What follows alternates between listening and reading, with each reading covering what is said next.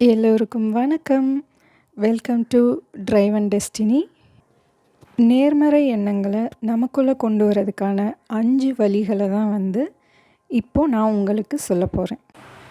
ஒரு முக்கியமான முடிவு எடுக்க முடியாமல் குழப்பத்தில் இருக்கும்போதோ, டென்ஷனில் இருக்கும்போதும், ஸ்ட்ரெஸ்ஸில் இருக்கும்போதும் நம்மளோட மைண்டுக்குள்ளே எதிர்மறையான எண்ணங்கள் தான் அதிகமாக நிறைஞ்சிருக்கும். நம்ம மைண்டுக்குள்ளே நேர்மறை எண்ணங்களை மட்டும் ஃபில் பண்ணி வைக்கணும் அப்படின்னா அதுக்கு சில வழிகள் இருக்குது. அதில் முக்கியமான ஒன்று தான் பாட்டு கேட்குறது. ஒரு நல்ல வைபான சாங்கை கேட்கும்போது அது நம்ம பாடியையும் நம்ம மைண்டையும் ரொம்ப பாசிட்டிவாகவே வச்சுருக்கும். பாட்டு கேட்குறதோடு மட்டும் இல்லாமல் ஒரு செம்ம டான்ஸும் ஆடினா நல்லா தான் இருக்கும். மியூசிக் கேட்கணும் அப்படின்னு சொன்ன உடனே சோகமான பாட்டோ அல்லது மெலோடியான சாங்கோ கேட்காம நல்ல ஒரு வைபான ஒரு குத்து சாங், நல்ல பீட் இருக்க மாதிரியான சாங்ஸ் எல்லாம் நம்ம கேட்கும்போது நம்ம மைண்டு ஆட்டோமேட்டிக்காக பாசிட்டிவான ஸ்டேட்டுக்கு வர ஆரம்பிக்கும்.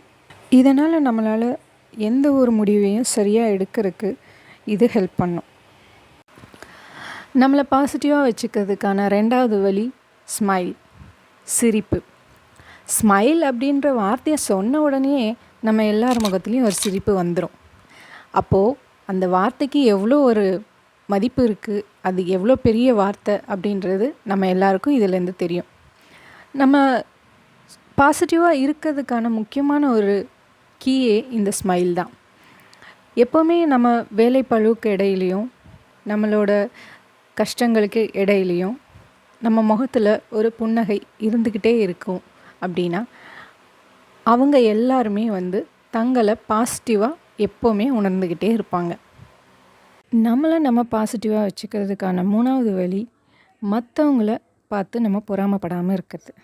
மற்றவங்களோட முன்னேற்றத்தையோ வாழ்க்கையையோ திறமையையோ பார்த்து நம்ம பொறாமைப்படாமல் இருக்கணும். யாராவது நம்மக்கிட்ட அவங்களோட சந்தோஷத்தை பகிர்ந்துக்கும் பொழுது அதில் நம்ம முழுமையாக பங்கெடுத்துக்கணும். மேலும் அவங்கள பாராட்டவும் கற்றுக்கணும். அவங்களோட முன்னேற்றம் நம்மளோட முன்னேற்றமாகவும் மாறுறதுக்கு இது ஒரு வாய்ப்பாக இருக்கும்.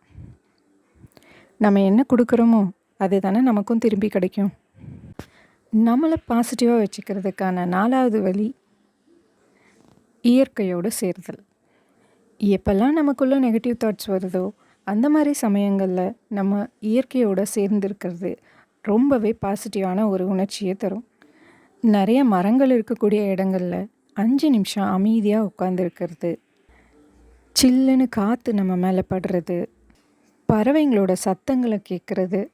உதாரணமாக குயில், சிட்டுக்குருவி, அணில் இதோட சத்தங்களெல்லாம் நல்லா உன்னிப்பாக கேட்கும்போதும் நம்ம பாசிட்டிவாக உணர்வோம்.